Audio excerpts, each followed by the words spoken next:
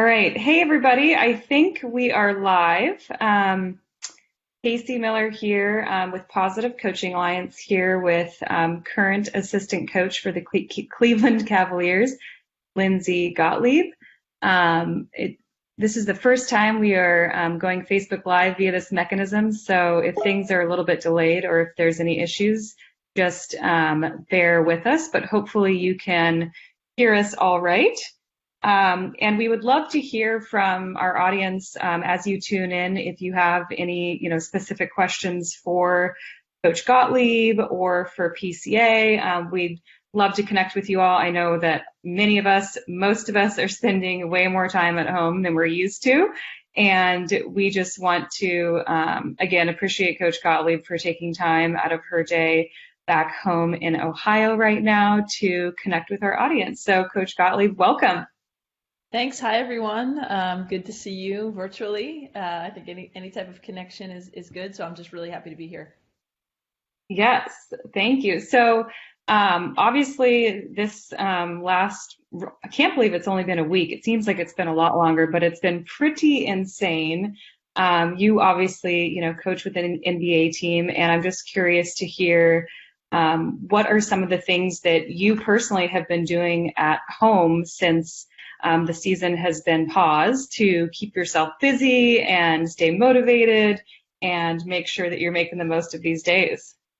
Yeah, sure. Well, we can backtrack. What is it? 6 or 7 days now. We played on the road at Chicago, and it was like right after that game that certain things started to get postponed and canceled. I was supposed to do a speaking event at the MAC tournament, which was going to be held at Rocket Mortgage Fieldhouse. And I remember after the game, they canceled that, but we still didn't know what was going to happen. We were coming home for one day, and then we were about to embark on a 10-day road trip. And it was the night before the road trip that the NBA suspended the season. And so just kind of like everybody else, things kind of stopped in their track. I think particularly with the NBA, it was very and with sports in general, it was very sudden, right? Whereas some other professions, it's been more gradual. So from that point on, I think it's been a little bit of our organization figuring out what this is going to look like. The leadership has been tremendous. I know there have been people working around the clock, our medical teams, our front office, our ownership. And so I've just been sort of waiting for some of the messaging. So we've had a couple different team meetings via the phone, very entertaining with our guys. Some of it was just information gathering. Obviously, Rudy Gobert testing positive was something we all wanted to talk about because we had played the Jazz, 9 days prior to that. So we just a lot of information gathering, kind of figuring out what it was going to look like going forward, and then a couple other calls about what it might look like, workouts or no workouts or guys staying in town or not. So that was sort of setting up what it might be like for the next several weeks. And then since then, JB Bickerstaff, our head coach, has done a really good job of keeping us all connected and kind of giving us individual projects. So, for example, Colin Sexton is a player that I work with, and so I have a bunch of film projects for him. So while I'm not, able to be in the gym, I can go back, for our last 10 games or 11 games since JB's been the head coach, and cut up different categories of film for Colin and send it to him, things like that. Eventually, I think as a coaching staff, we'll get into the draft process and get us involved in watching some of the prospects. Again, something you can do virtually. I've been trying to text, call, FaceTime our guys just to stay connected, and same with our coaching staff. And then like everybody else, I've been getting a little bit more time away from the job, time with my son Jordan and, our family here, and I've been doing puzzles with him and going on walks and, regular trying to get workouts in, like I told you before we jumped online, making smoothies. I'm not quite to cooking yet, but, make a mean peanut butter banana smoothie. So that's really been how I've been filling my days. That's awesome. And how old is your son Jordan now? He will be 3 on May 7th. Okay. So you have lots of time to keep him active there at home with different activities. Absolutely. I mean, the interesting thing is, he doesn't really know what he's not doing. A typical day for him, he'll start school or pre-K or, whatever in the fall, but, his day consists of typically going to, a museum or, kids gym and things like that. And he doesn't really I don't think he's missing those things. I mean, he'll mention it once in a while. He definitely misses the arena and he misses the players. Oh, But I think just being around us, and there's no difference for him of going outside and going for a walk, behind our house or playing baseball in the basement is not as different for him as, what he was doing before. I don't think he has a sense of obviously what's going on other than that he gets a little more time with mom and dad. yeah, totally. Well, for those of you just tuning in, we're here with Cleveland Cavaliers assistant coach Lindsay Gottlieb. Formerly, she was the head coach of the Cal women's basketball team. I see a bunch of people are tuning in live. Taylor Lyde, Tamara Clark, Eric Fisher, Beth O'Neill Maloney, Sue Hunt. We see all of your guys' comments. Brian Virtue says, so awesome for you to do this, Coach Gottlieb. So thank you guys. And if you guys have questions, again, I'm following along here on my phone. And so if you guys have a question for Coach Gottlieb, feel free to chat it in and I will read it out. Ruben Nieves says, thank you, Coach. So people are definitely enjoying just Awesome. hearing this. And so one thing I wanted to ask you about, obviously, this specific situation that everyone in the world is dealing with is something that's unprecedented, but just thinking back to, before this all happened and talking through your transition from coaching, women's basketball at Cal at the Division I highest level, and then now jumping to coaching men in the NBA, and just maybe a little bit how that has been from jumping from coaching women to coaching men, differences, similarities, and just, your experience in that process. Yeah, I mean, what I can mainly share is that, I mean, it's been a huge life transition, and change can be challenging, it can be scary, it can be hard, but it's also incredibly empowering. And I would say it's been all of those things. The least difficult thing has been the women to men, the human element of it. These guys are easy to connect with, and in the way that the women I coached were. I think that the differences have been that, I did one thing for 20 years. And I coached women's college basketball for 20 years. I was a head coach at the same place for 8 years, which is kind of long in our profession. And so I was used to the rhythms. I could, with my eyes closed, tell you when we were going to take a day off and when we were going to practice harder and when we were going to dial it back and when we'd watch film and that kind of thing. And there was a lot of practice time relative to the number of games, right? There are about 35 games in a year, give or take, and about 105 practices. Well, in the NBA, there's 82 games and not that many practices once you start getting going. And it was just a new rhythm for me. So I think that was the biggest adjustment. But not just because this is a PCA live viewing thing. I think the thing that's been the most similar is that, the men of the NBA want connection. They want positive coaching. And I think it's really important to say positive doesn't mean never critical, right? Coaching is Right. by necessity, critical at times, right? You're trying to make people better, but you're able to do that in a more productive way if there's a relationship. And I think building the relationship with the guys has been easier maybe than I would have thought. So yeah, those are some of my initial thoughts. It's been awesome. I left something that I loved, right? I loved coaching college women's basketball. I loved Cal. So there are things about it that I miss, but also this has been an unbelievable experience. The NBA is just an incredible community. It is basketball at the highest level, seen every night. The guys love the game. They study the game. It's been neat for me to learn some different lingo and terminology, but also to hopefully add my perspective and my voice to an organization that's trying to become really good again. Yeah, totally. And it's interesting you said, positive coaching doesn't necessarily mean not being critical. And I'd be curious too. I mean, I feel like parents home with their kids now, more than ever, with a lot of schools being canceled, a lot of parents are potentially even, coaching their kids a lot more at home. And so when you think about positive coaching, still being critical, can you talk about some of the tools that you use and just kind of how you approach coaching players in a positive way, but also, of course, giving critical feedback to improve their performance or behavior, actions, things like that? Sure. I mean, I think a lot of it just starts with being authentic and being genuine. You have to be yourself, and then forming relationships with players that go beyond basketball. I mean, that there's no question that these guys are the best basketball players in the world, right? Kevin Love is a future Hall of Famer, and Colin Sexton is having an incredible second year in the NBA, but they want you to care about them outside of the lines, right? So I think anything that you're going to do coaching wise is going to be enhanced if you really spend time and have conversations about non-basketball things. So that's just the beginning of it, right?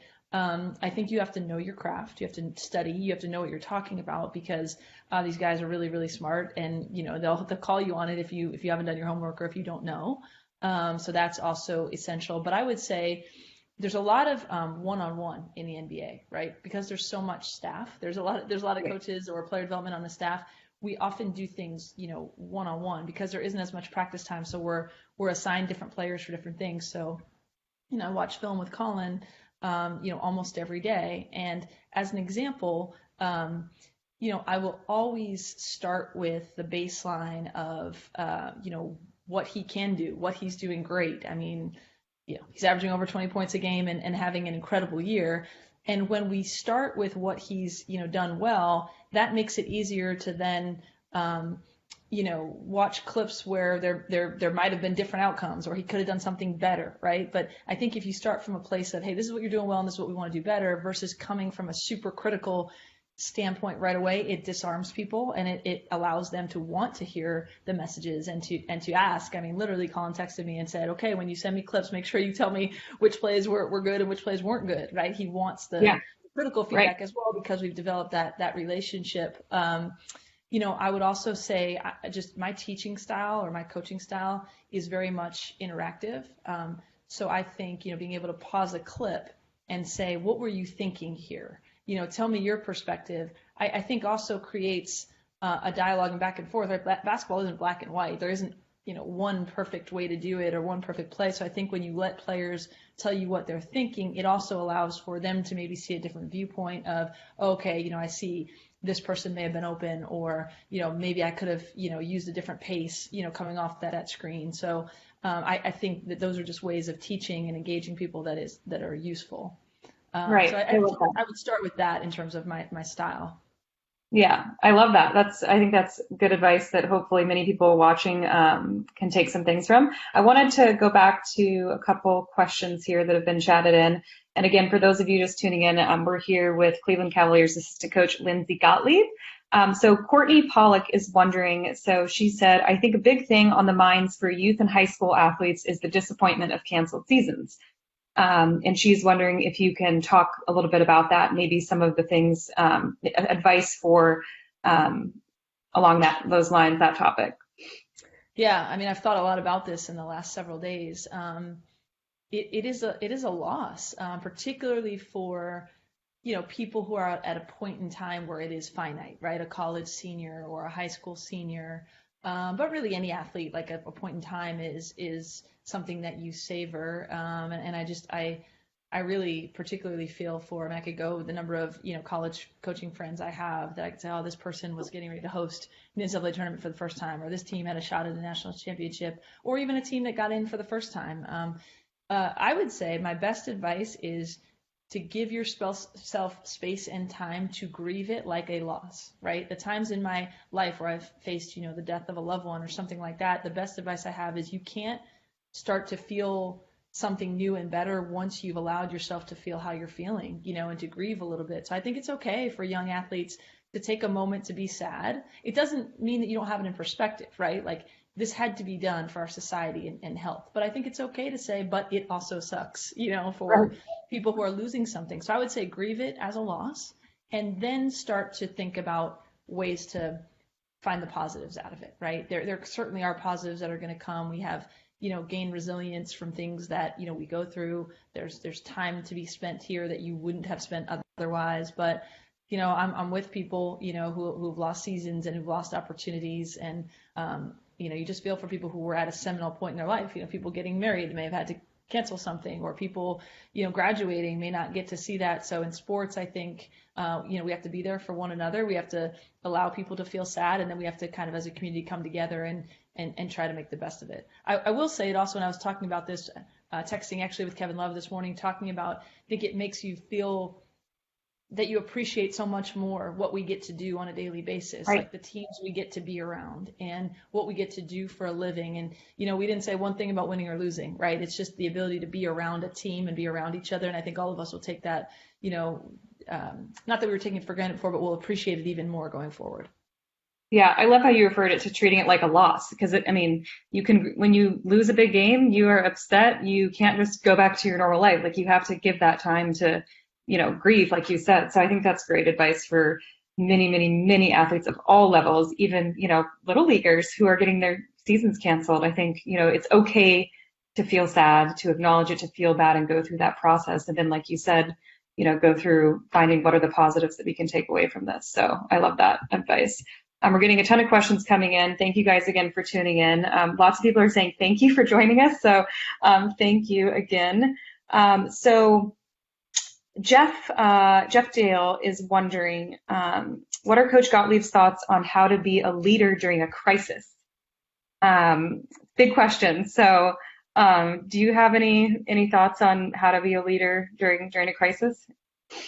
Yeah, I mean, again, I can't say it enough. I feel like I'm witnessing really good leadership during this, with our GM Kobe Altman and JB, our head coach, and even just the people at the Cavs who run the business ops. But I mean, I would say, first and foremost, as a great leader is there for other people. So thinking about what your people, your team, your employees, whoever might need from you. I think being steady and showing consistency. And that doesn't mean not showing, it doesn't mean that you can't show emotion or you can't say this is hard, but being the steadying presence for other people. So I think being real and authentic and being there for people. I would say not being afraid to think outside the box. And these are a good time for all of us to say, okay, like, can we do things a different way? And again, I look at Adam Silver, and how he's handling this from an NBA perspective. And I wouldn't be surprised if he comes up with some interesting twist, to the playoffs or resuming the season when it's all said and done, because I do think the NBA is progressive in saying, is there another way to think about things? So I think great leadership is okay to kind of take hard times and use that to open your mind. And so those are the qualities, that I would say. But there's no question people look to you. And as my time as a head coach at Cal, I would always take, the good and the bad moments we have and try and think about what the young women needed to hear and see, from me in order for them to be able to handle whatever it is that we were going through, good or bad. Right. Totally. Jeff Dale, I hope that was helpful. So jumping around a little bit, Marie Kelly, thanks for tuning in. Marie is wondering, different subject, but she's saying, how to get high school girls to play more physical, like boxing out, not letting the other team cut across the lane freely, etc. So Marie Kelly, thanks for your question. Thanks for tuning in. I'm not sure exactly where you are, but Coach Gottlieb, any thoughts on getting high school girls to play more physical? Yep, it's a great question. I will say, in my time in the NBA here, the one thing you do have sort of is a little more free time when you're not actually with the team. Like when you're away, then you're actually, because I'm not recruiting or things like that. So I've actually had the opportunity. I went to a middle school girls game. A bunch of 7th grade girls had asked me to come, so I went. And I've gone to some college games, Cleveland State and Akron. So I'm definitely still connected to girls basketball, women's basketball as much as I can be. And I did a clinic the other day. I would say the first thing is to create an environment, for girls like on your team all the time where they know physicality is okay, right? This is a place, sports is a place where women can be powerful and strong, and it's okay to to touch one another, to hit people in a a legal way. I would say the best way to get any team to do whatever you want them to do in a game is to practice it. You have to simulate it. So you can create fun drills where they have to box each other out, create fun drills where you have to kind of, bump the cutter, so to speak, or, as we call it bullying, that's JV's defensive terminology. You bully the defender, physically touch them to help, blow up the screen or whatever it is. I think practicing it. And then if your players are advanced enough, even showing them film, of how WNBA players, college players, it is a physical game within the rules. So I think normalizing it for them is the best way to go. Love that advice. Marie, and she's in Cloquet, Minnesota. So Marie, thanks for tuning in from Minnesota. Along those lines, if you're tuning in right now, again, Positive Coaching Alliance here with Lindsay Gottlieb, the current assistant coach for the Cleveland Cavaliers. Let us know where you're watching from. And if you have questions, we'll be on for another about 10 minutes. So I am scrolling through here, seeing the comments that are coming in, and we'll be asking them to Coach Gottlieb. Jessica Lacayo, I see that you're watching. Hello there, Marty Reed. Let's hop to a question from Jeannie Garcia. Jeannie is wondering who have been the inspirational people in your life who have taught you to coach in a positive way? Well, I try to, I mean, first of all, I think many of us would say our perspective on life is shaped by our parents. So, my mom passed away before I even became a coach when I was 19, but I still feel kind of her presence in how I approach situations, and definitely my father, who was like unfailingly positive. And again, that doesn't mean that he wasn't tough. I mean, he was a politician. He had to do, and a lawyer. He had to do a lot of hard things, but his perspective on trying to meet people where they are, and believe in different perspectives and using a positive approach to reach people, it definitely comes from him. In terms of coaching, I've always tried to watch and learn from people outside of my own realm. So when I was a college coach, spent a lot of time reading articles. Pete Carroll with the Seahawks, there were some really interesting articles written, and I don't know him personally, but there were articles written about how he allowed them to play music at practice, or different personalities on those great Seahawks teams, when you had Marshawn Lynch and, Richard Sherman and different guys with different personalities, allowed them to be themselves so that they could really commit to the team. I think he was a very positive voice. I don't know if this is going to go over that well with the Cavs fans, but Steve Kerr being right in, my backyard and watching his press conferences and, having had the chance to go watch his practices and spend time just around to get his perspective. I think he always has this ability to take the onus off the players, right? I believe in coaches who know that when you win, it's the players who got it done, and when you lose, it's what could we have done better as a coaching staff. That's just how I believe in looking at it. So those are a couple of the people. Tara Vanderveer also was influential on me during my whole career, from watching her, competing against her, just in terms of how she approaches coaching, and it's largely from a positive perspective. Read all of Phil Jackson's books when I was growing up, and his more kind of Zen philosophy. Yep. So those are the people I think I gravitated towards. But you also have to find your own voice, and you have to find what works for you. No question about that. Love that. So again, kind of jumping around a little bit, a couple people have asked this question. So Joe, you're one of them. But hearing your thoughts on promoting getting more women coaching boys teams, and specifically in youth and high school sports, how can we get more women, again, coaching boys teams at those kind of youth and high school levels? If you have any thoughts on, I think, starting with you as a role model example at the highest level is a great start so that people will see that this is possible, but maybe elaborating on some thoughts around that. I will say, this experience, being a woman coaching in the NBA has obviously made me think about, the gender roles in coaching more. Not that I didn't think about it before, but being in it every single day. There are times I look around our locker room and say, wow, there are no other women in here. Or sometimes I'll go 2 or 3 days and not see another woman. It makes you more aware, right, of your own identity and things like that when you're different. And so this experience has definitely made me kind of wonder how on earth there are not women coaching in men's college basketball, like, for sure, simply because I don't want to put all women in a box, but there are skill sets and things that I believe you can't eliminate half the population and feel like you're going to get everything for a team. I also think that would go for youth, and high school. It's always about hiring the best person, but it's also about hiring the best staffs. And if the staffs all look the same, they are not the strongest, period, right? If they are all the same race, if they're all the same gender, you're not getting, I think, everything that you need for the most important stakeholders, which are the young people on the team.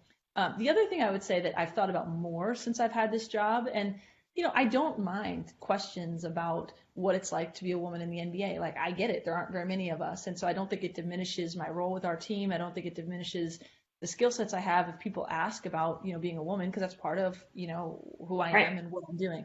But it has made me aware of the fact that, I coached women's college basketball for 20 years, and I never heard one of my male assistants nor one of my male colleagues as a head coach asked, gosh, Gino, how do you handle, being the only male in a locker room? Or, any number of men's coaches. It just doesn't happen. People realize they're just going to figure it out. And guess what? I just figure it out, right? Like, Yeah. I'm in the locker room in every possible scenario that I should be, and I'm not when it wouldn't be appropriate, right? Like we just figure it out. And I just think women are asked questions about, the things that they might not be able to do coaching men that men aren't asked when they're coaching women. I mean, men haven't gone through what teenage females go through, right? And yet they can still Right. coach them. And I think women, haven't lived the life of a 14-year-old boy, but doesn't mean we can't coach them. And so I definitely am an advocate for, being able to find the best person for the job, and we shouldn't be eliminating women,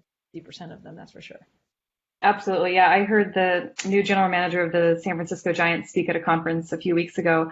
They hired a woman, one of the first women to be on staff for the MLB team. And somebody asked him a question like, talk to us about how you're thinking about building your staff. And he's like, well, we think our staff should reflect the general population and have diversity of gender, Yep, race, everything to reflect, building those values and having diverse opinions for and sure. leaders. So I love that.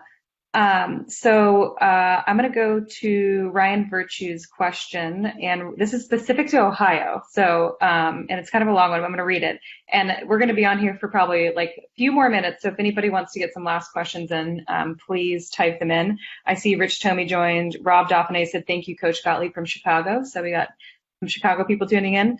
Okay, so he said that the Ohio State Association held a press conference, and essentially they haven't made a decision about whether or not they're going to cancel. And so he's saying, if you were coaching a team in this situation, how would you communicate with your players and their parents to prepare them for the season, but also prepare them mentally for the potential news of a canceled season? And then, easy question, right?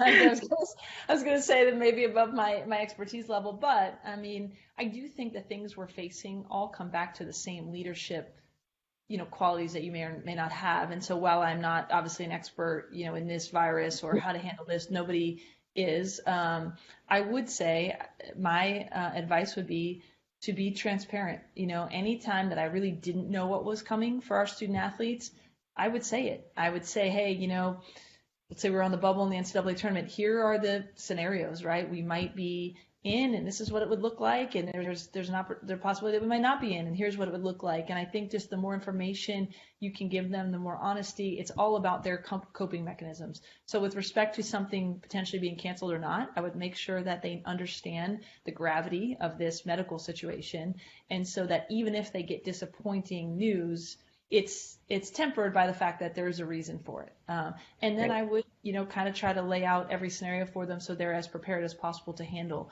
whatever's coming and continue to communicate throughout the crisis that's going on. Right. Good advice. Thank you. Okay, so one last question, which is, obviously people are spending a lot more time at home. Do you have any favorite books that you would recommend to people that they might think about reading here in the next few weeks while we're home more? Yeah, well, I just ordered and it came yesterday. John Feinstein's new book, Backroads to March. So I started it last night, and it's essentially about all the basketball games you don't see on TV, so to speak. So sort of the lower Division I teams that are fighting, to get an NCAA tournament bid, and seems like it's going to be really good. But in terms of sports books, was a huge fan, or am a huge fan of the late David Halberstam, who wrote a lot of things, but his book about Bill Belichick, The Education of a Coach, was one of my favorites. Michael Lewis, obviously, he was a friend of mine in Berkeley, but read everything that he's written, from Moneyball to he has a book called Coach. It's very short. It's really cool. So yeah, I will say brushing up on some of my favorite series. I'm a big West Wing fan, big Wire fan. So making my husband go back and watch The Wire from the beginning. Yeah. So just a little more time for things like that, for sure. Have you read or heard about Range by David Epstein? No, I haven't. What's that about? I'll send you a link. I'm currently reading that book. It's about how basically that generalization helps people perform better. It just gives the different side of like the Tiger Woods put in 10,000 hours to become an expert versus generalizing and trying multiple different things and how that impacts athletes. Yeah. And so I'll send you a link to it, but I'm reading Range right now by David Epstein, so it's a good one. All right. Well, thank you guys all for tuning in. Appreciate it. We're going to be doing more of these Facebook Live series, especially during this time that we're more at home. And I'm so happy that Coach Lindsay Gottlieb, our National Advisory Board member, was able to join us for the first one, which we did Woohoo! successfully with technology. So, Coach Gottlieb, thank you again so much for making time for Positive Coaching Alliance. And we'll be thinking of you and the Cavs and the whole league and everyone out there during this crazy, unprecedented time. And if there's anything that Positive Coaching Alliance can do to those of you watching that can be helpful as you're thinking about how to deal with the situation with your athletes and your kids at home, feel free to reach out to us via social, email, all different mechanisms where we are. So thank you, Coach Gottlieb. Thank you for having me, and stay safe, everyone, and stay as connected as you can. All right. Thanks, everybody. Bye.